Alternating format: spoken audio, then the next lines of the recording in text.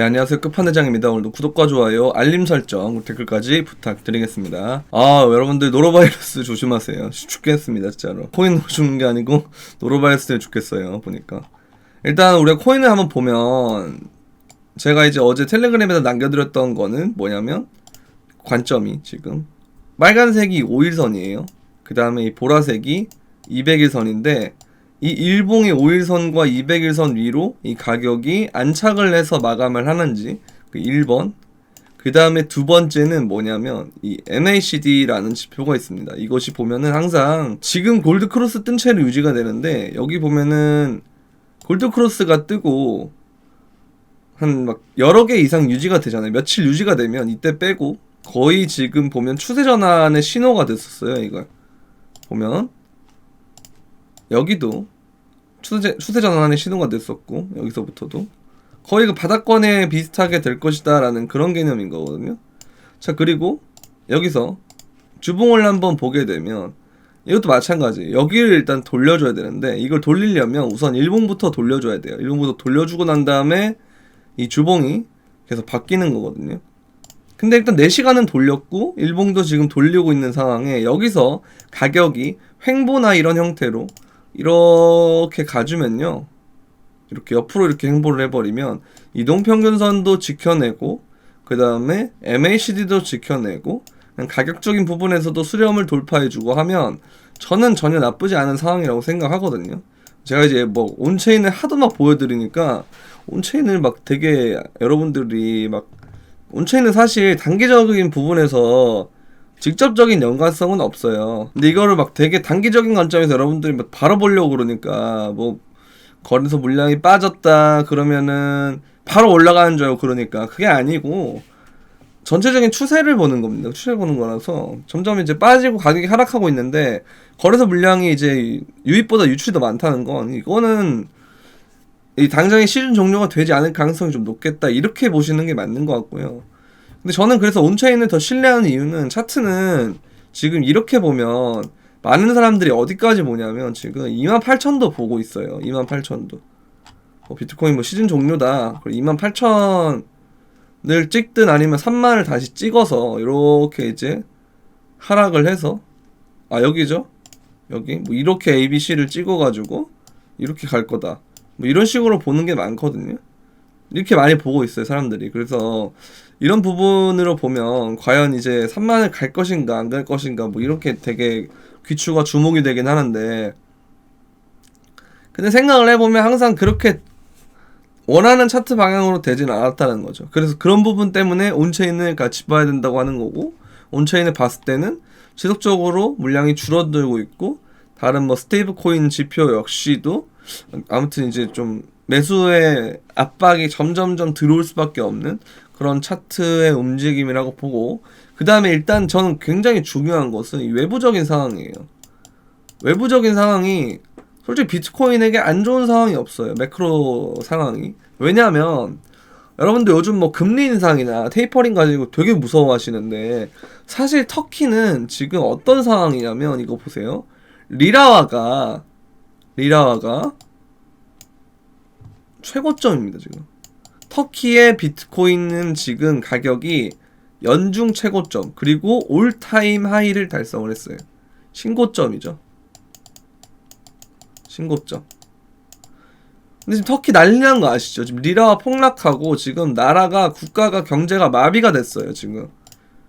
그런 상황에서 비트코인이 자체로도 지금 49,000달러로 프리미엄이 꼈고, 그 다음에 자국 리라화가 폭락을 하다 보니 상대적으로 비트코인의 가치는 동일하더라도 리라화 대 비트코인의 가격은 환율에 의해서 올라갈 수밖에 없는 거죠. 근데 이것이 여러분들 봤을 때 원화나 그 다음에 이 달러에 대한 부분까지 확대가 되면, 지금 여기도 인플레이션이 지금 문제가 되고 있거든요. 이때가 저는 진정한 버블이 아닐까 생각해요. 왜냐면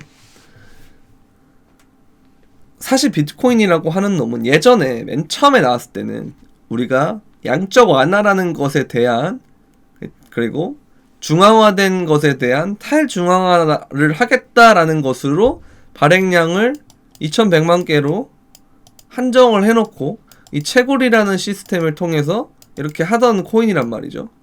그런데 이놈이 그래서 디지털 금이다, 디지털 금이다라는 말이 많이 나왔었어요. 그런데 어느 순간 가다 보니까 뭐가 되냐면 나스닥에 기술주와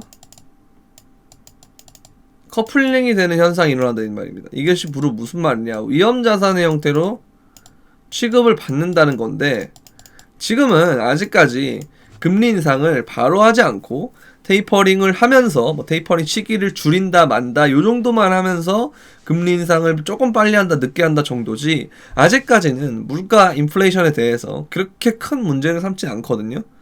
근데 실제로 우리가 사는 지금 세상은 인플레이션이 이미 터질 대로 터질 것 같고, 앞으로 더 인플레이션이 확산이 되면 확산이 됐지 해소가 되지는 않을 것 같다라는 게 저의 생각이에요. 뭐라고요?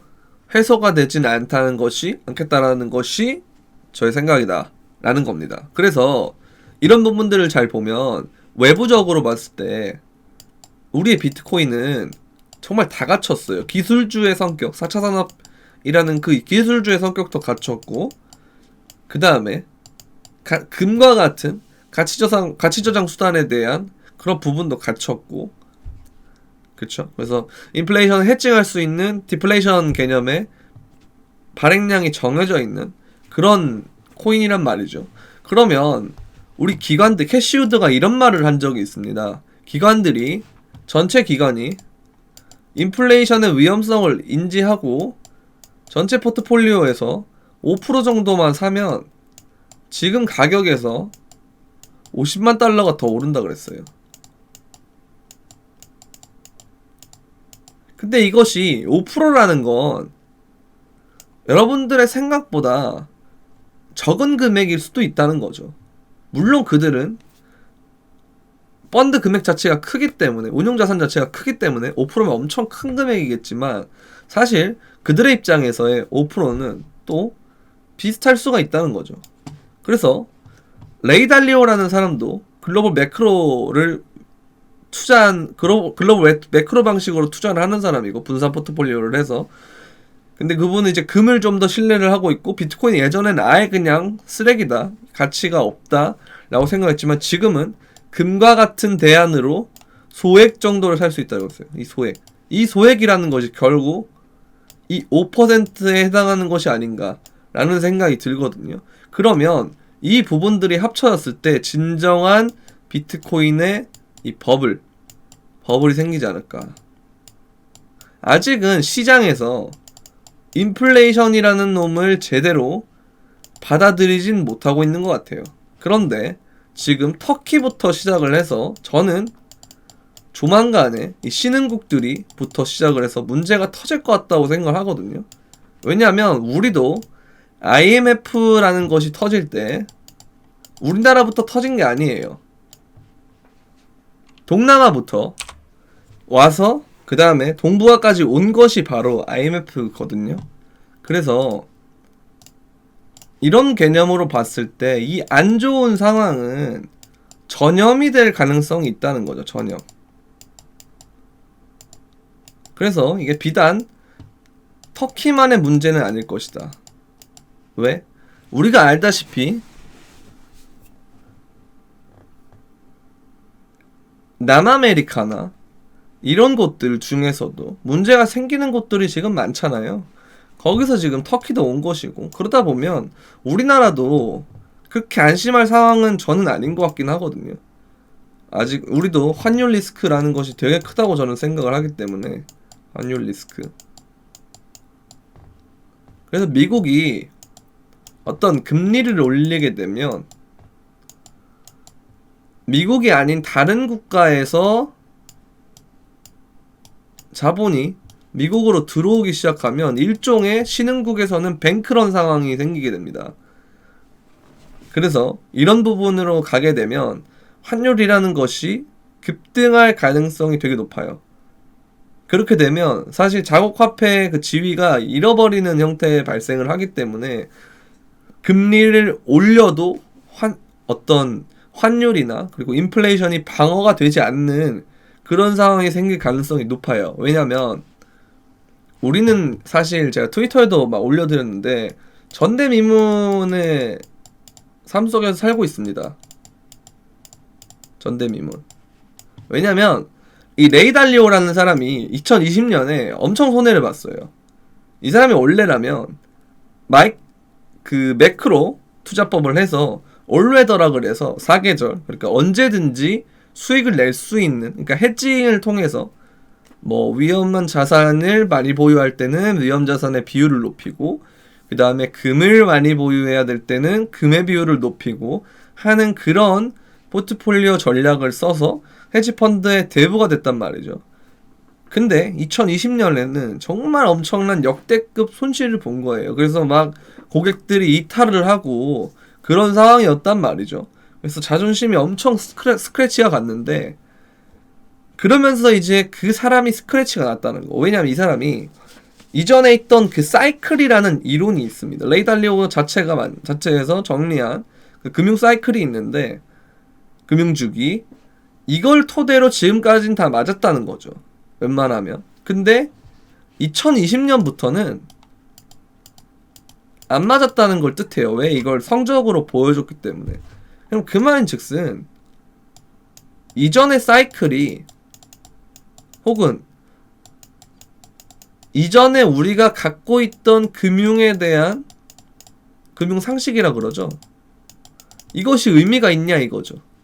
이런 생각이 저는 좀 들어가지고, 그래서 이제부터는 정말로 수요와 공급적인 측면에서 봐야겠다 라는 생각이 들더라고요. 그래서 이런 부분을 좀 보면 제가 볼 때는 인플레이션은 막을 수가 없고, 그래서 단기간에 그런 건 있을 것 같아요. 부동산이나 주식은 제가 아까 말씀드렸죠. 우리나라 부동산이나 주식 같은 건 결국 외국인들이나 이런 외국 자본 그리고 환율에 대한 리스크를 많이 받기 때문에 이런 부분은, 그러니까 지금 터키도 지금 난리 났잖아요. 부동산 엄청 싸져가지고 뭐 우리 돈으로 얼마면 산다, 뭐 3천만 원인가면 2천인가 3천이면 뭐 집 하나 산다, 뭐 이렇게 나오는 것처럼 부동산과 주식은 저는 리스크가 좀 있다고 생각을 하는데, 이 암호화폐라는 것은 오히려 이런 부분일 때, 이런 상황이 생기면 강점을 보인다는 거죠. 강점을. 그래서 저는 이런 시기가 온다면 그때가 비로소 강세가 될 것이다 라고 생각하거든요. 그래서 저는 금리 인상을 할 때, 금리 인상을 한 시점은 그 순간, 발표하는 순간은 반응 자체가 좀 하락으로 나오는 경우가 있어요. 그 앞에쯤에, 그 할 때쯤에 돼서 이게 눌림이 나오는 경우가 있는데, 그 이유는, 그 이후에는 저는 오히려 긍정적인 상황이 연출되지 않을까, 뭐 그렇게 이제 일단 거시적인 전망을 보고 있고요. 아무튼 이런 상황이 세계에서 지금 발생을 하고 있기 때문에 이 글로벌 경제가 이렇다는 건 결국은 우리 비트코인이 전혀 뭔가 하락에 대한 리스크가 없다는 거예요. 그러니까 이게 하락에 대한 리스크가 없다는 게 지금 당장 여기가 저점이다 이게 아니고, 이 중기적이나 그런 부분을 봤을 때 이 시즌 종료라는 개념보다는, 많은 분들이 얘기하시는 시즌 종료라는 개념보다는 그냥 조정에 가깝다, 조정이라는 생각이 드는 거죠.